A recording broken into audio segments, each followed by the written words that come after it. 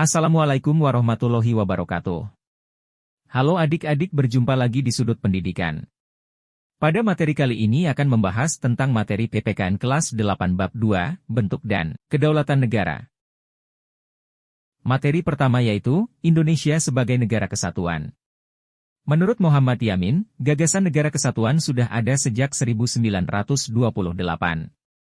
Peristiwa Sumpah Pemuda mencerminkan adanya keinginan untuk membentuk negara kesatuan, unitaris.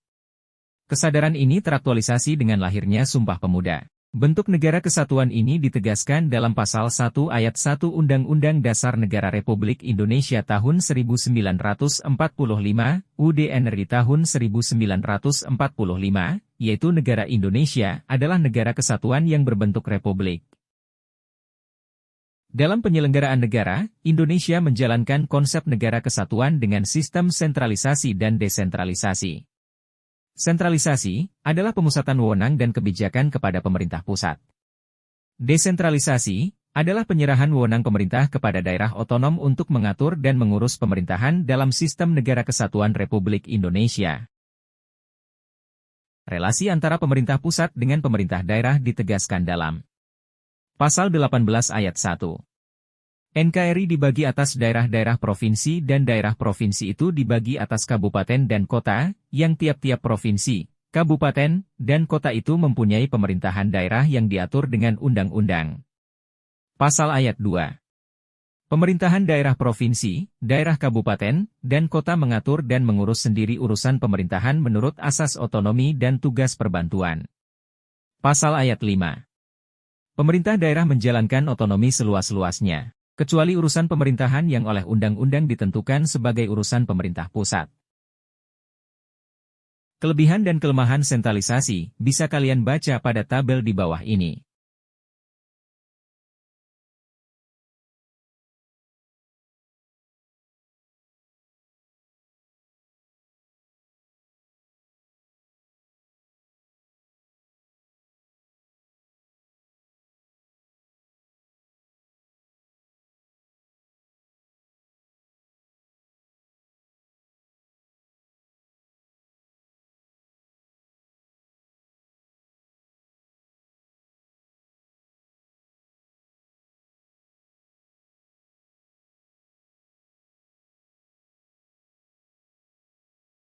Setelah mempelajari materi, kita juga harus mampu menampilkan perilaku yang mencerminkan menjaga keutuhan NKRI di antaranya. Menghormati teman-teman yang beragam suku, agama, ras, dan bahasa. Mendamaikan teman-teman yang bertikai dan berselisih. Membantu teman-teman yang mengalami kesulitan dalam beradaptasi di lingkungan sekolah atau masyarakat. Berteman dan bersosialisasi secara baik, saling menghormati dan menghargai perbedaan. Menjaga ketertiban sosial dan umum dalam lingkungan sekolah dan masyarakat. Materi selanjutnya, Indonesia sebagai negara republik. Apakah kalian tahu perbedaan antara bentuk negara dan bentuk pemerintahan? Supaya lebih paham tentang perbedaan keduanya kalian bisa baca melalui tabel di bawah.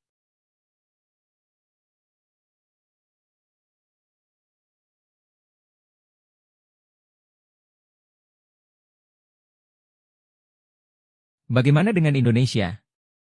Menurut Jimli Asidiki, bentuk pemerintahan negara Indonesia bisa dipahami dari Pasal 1 Ayat 1 UUD RI tahun 1945, yaitu negara Indonesia adalah negara kesatuan yang berbentuk republik. Menurut Jimli, kesatuan adalah konsepsi bentuk negara, sementara republik adalah konsepsi bentuk pemerintahan yang dipilih oleh bangsa Indonesia sesuai UUD RI tahun 1945. Dengan bentuk pemerintahan republik, memberikan kesempatan kepada putra-putra terbaik bangsa untuk menjadi pemimpin di negeri ini. Baik itu pemimpin daerah, atau bahkan pemimpin nasional. Nah, bentuk pemerintahan republik ini, bila dalam lingkup sekolah terwujud pada organisasi siswa intrasekolah, OSIS. Setiap siswa berhak dan berpeluang menjadi ketua OSIS. Materi selanjutnya, Indonesia sebagai negara hukum.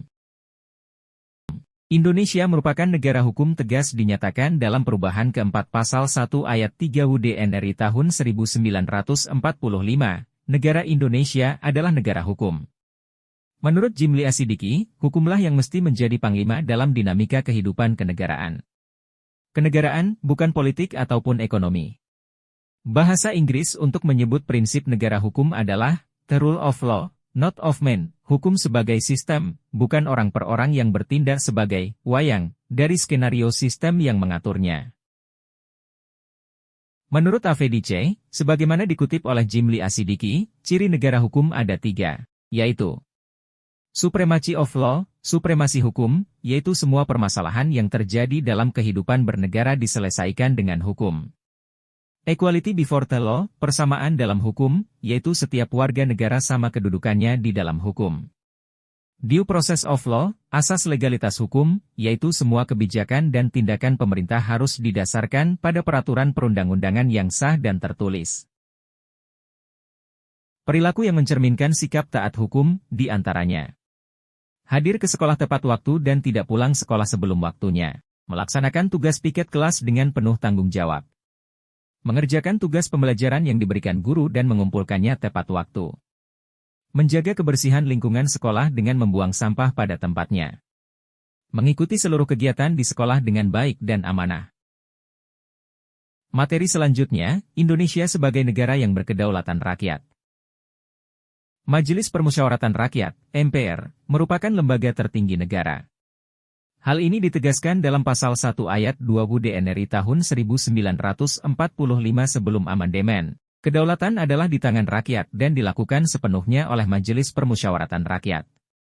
Ketentuan Pasal 1 Ayat 2 di amandemen menjadi, kedaulatan adalah di tangan rakyat dan dilaksanakan menurut Undang-Undang Dasar.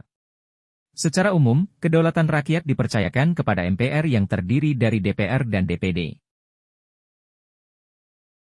Badan-badan perwakilan rakyat yang melaksanakan kedaulatan rakyat menurut perundang-undangan terdiri atas Majelis Permusyawaratan Rakyat, MPR. Dewan Perwakilan Rakyat, DPR. Dewan Perwakilan Rakyat Daerah Provinsi, DPRD Provinsi. Dewan Perwakilan Rakyat Daerah Kota Kabupaten, DPRD Kota Kabupaten. Badan Permusyawaratan Desa. Indonesia merupakan negara yang berkedaulatan rakyat sekaligus berkedaulatan hukum. Artinya, kedaulatan rakyat di sini ada batasan atau aturan mainnya. Kedaulatan rakyat yang berdasarkan pada Pancasila memiliki 2 asas pokok, yaitu asas kerakyatan, asas kesadaran akan cinta kepada rakyat, manunggal dengan cita-cita rakyat, berjiwa kerakyatan, menghayati kesadaran seperjuangan, dan cita-cita bersama. Asas musyawarah, setiap kebijakan harus memperhatikan aspirasi rakyat, baik yang disampaikan melalui MPR maupun secara langsung, dan dilaksanakan dengan mengedepankan mekanisme musyawarah.